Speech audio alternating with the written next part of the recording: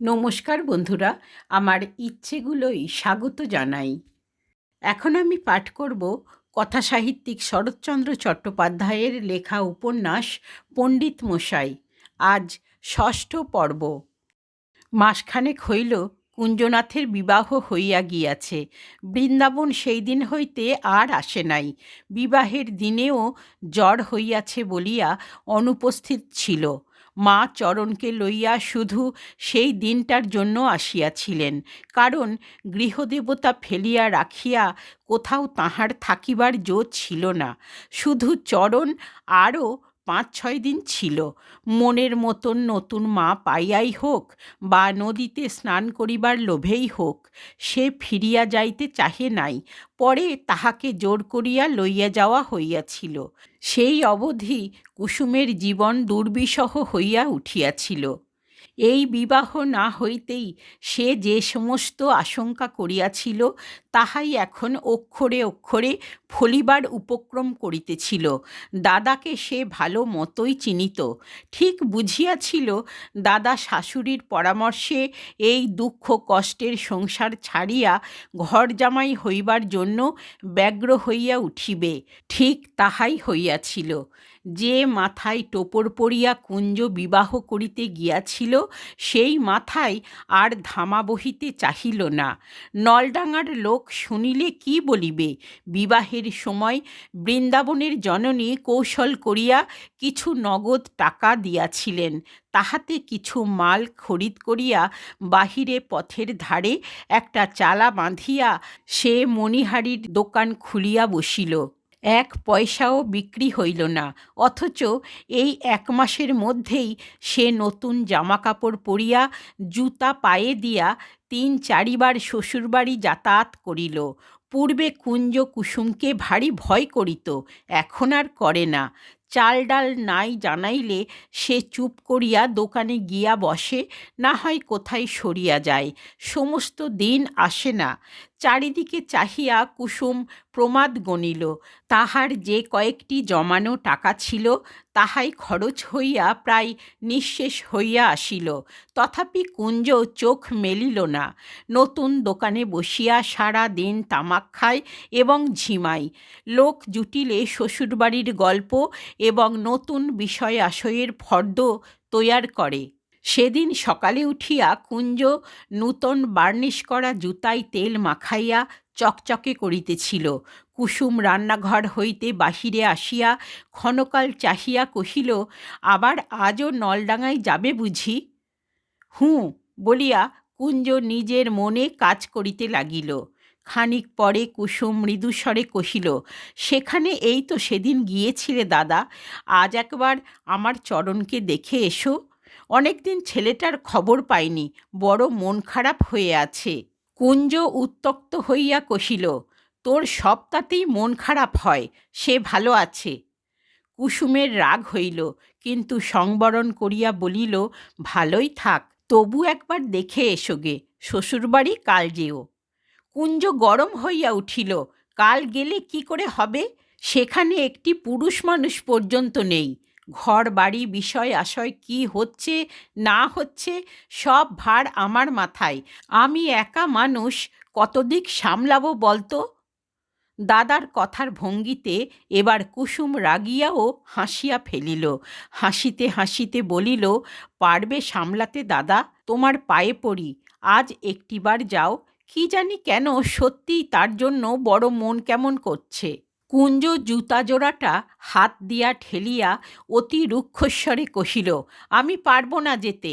বৃন্দাবন আমার বিয়ের সময় আসেনি কেন? এতই কিসে আমার চেয়ে বড়লোক যে একবার আসতে পারলে না শুনি? কুসুমের উত্তরোত্তর অসহ্য হইয়া উঠিতেছিল। তথাপি সে শান্তভাবে বলিল, তাঁর জ্বর হয়েছিল। হয়নি, নলডাঙায় বসে মা খবর শুনে বললেন। মিছে কথা, চালাকি। তাকে ঠকানো সোজা কাজ নয় কুসুম। তিনি ঘরে বসে রাজ্যের খবর দিতে পারেন, তা জানিস? নেমো খারামার কাকে বলে? একেই বলে। আমি তার মুখ দেখতেও চাইনে বলিয়া কুঞ্জ গম্ভীরভাবে রায় দিয়া উঠিয়া দাঁড়াইয়া জুতা পায়ে দিল। কুসুম বজ্রাহতের মতো কয়েক মুহূর্ত স্তব্ধ থাকিয়া ধীরে ধীরে বলিল, নেমো খারাম তিনি? নুন তাঁকে সেই দিন বেশি করে খাইয়েছিলে, যেদিন ডেকে এনে ভয়ে পালিয়ে গিয়েছিলে। দাদা, তুমি এমন হয়ে যেতে পারো এ বোধ করি আমি স্বপ্নেও ভাবতে পারতুম না। কুঞ্জর তরফে এ অভিযোগের জবাব ছিল না, তাই সে যেন শুনিতেই পাইল না, এই রকম ভাব করিয়া দাঁড়াইয়া রহিল। কুসুম পুনরায় কহিল, যা তুমি তোমার বিষয় আশয় বলছ সে কার হতো? কে তোমার বিয়ে দিয়ে দিলে? কুঞ্জ ফিরিয়া দাঁড়াইয়া জবাব দিল, কে কার বিয়ে দিয়ে দেয়? মা বলেন, ফুল ফুটলে কেউ আটকাতে পারে না, বিয়ে আপনি হয়। আপনি হয়? হয়ই তো। কুসুম আর কথা কহিল না, ধীরে ধীরে ঘরে চলিয়া গেল। লজ্জায় ঘৃণায় তাহার বুক ফাটিয়া যাইতে লাগিল।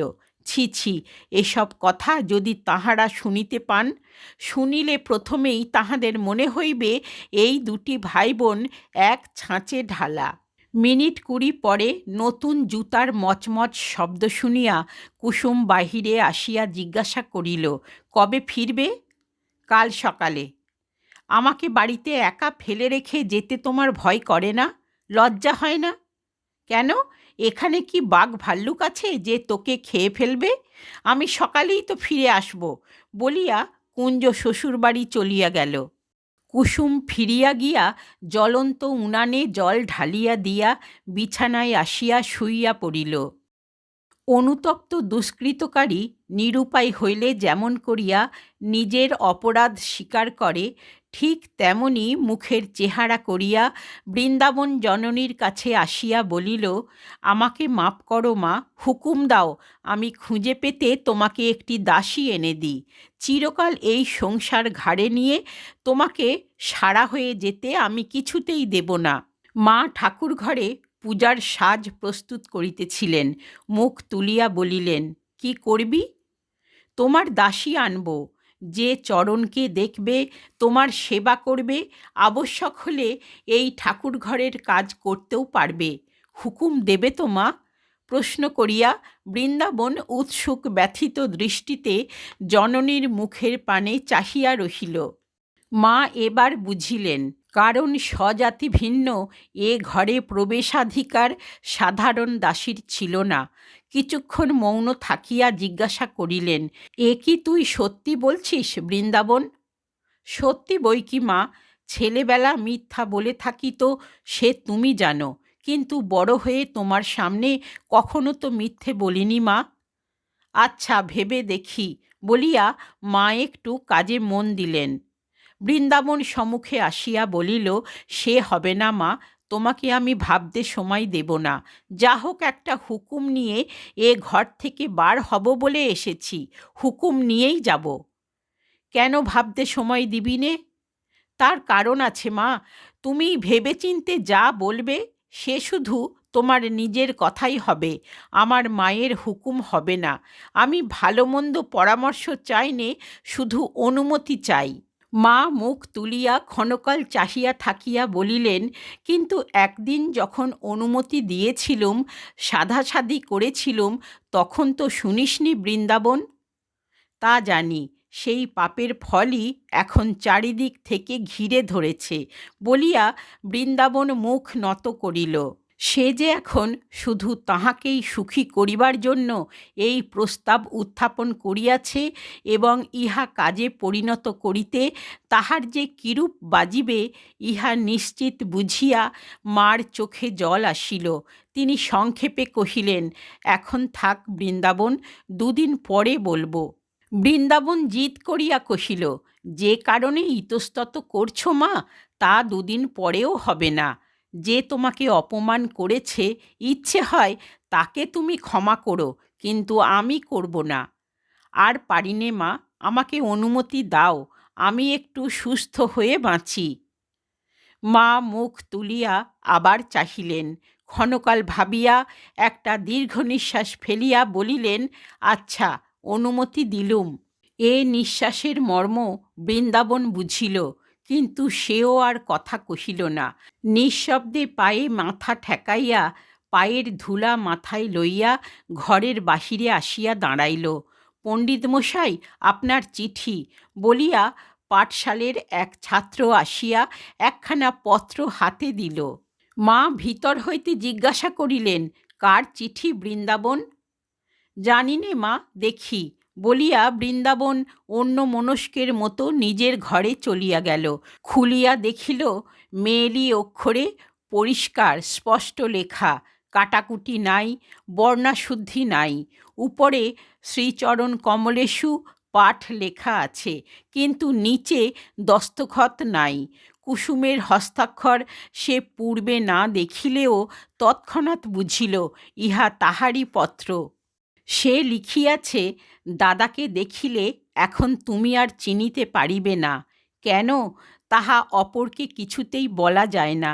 এমনকি তোমাকে বলিতেও আমার লজ্জায় মাথা হেঁট হইতেছে। তিনি আবার আজইও শ্বশুরবাড়ি গেলেন, হয়তো কাল ফিরিবেন, নাও ফিরিতে পারেন। কারণ বলিয়া গিয়াছেন, এখানে বাঘভাল্লুক নাই, একা পাইয়া আমাকে কেহ খাইয়া ফেলিবে এ আশঙ্কা তাহার নাই। তোমার অত সাহস যদি না থাকে, আমার চরণকে দিয়া যাও। সকালে দাদার উপর অভিমান করিয়া কুসুম উনানে জল ঢালিয়া দিয়াছিল, আর তাহা জলে নাই। সারা দিন অভুক্ত, ভয়ে ভাবনায় সহস্রবার ঘর বার করিয়া যখন সন্ধ্যা উত্তীর্ণ হইয়া গেল, কেহ আসিবে এ ভরসা আর যখন রহিল না, এবং এই নির্জন নিস্তব্ধ বাটিতে সমস্ত রাত্রি নিজেকে নিছক একাকী কল্পনা করিয়া যখন বারংবার তাহার গায়ে কাঁটা দিতে লাগিল, এমনি সময়ে বাহিরে চরণের সুতীক্ষ্ণ কণ্ঠের মাতৃ সম্বোধন শুনিয়া তাহার জলমগ্ন মন অতল তলে যেন অকস্মাৎ মাটিতে পা দিয়া দাঁড়াইল।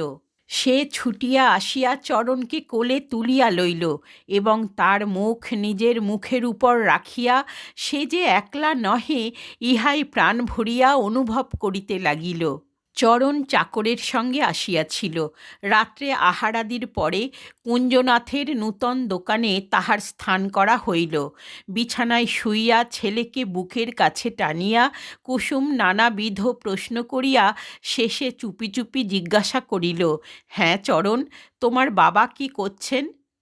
চরণ ধরফর করিয়া উঠিয়া গিয়া তাহার জামার পকেট হইতে একটি ছোট পুঁটুলি আনিয়া তাহার হাতে দিয়া বলিল, আমি ভুলে গেছি মা, বাবা তোমাকে দিলেন।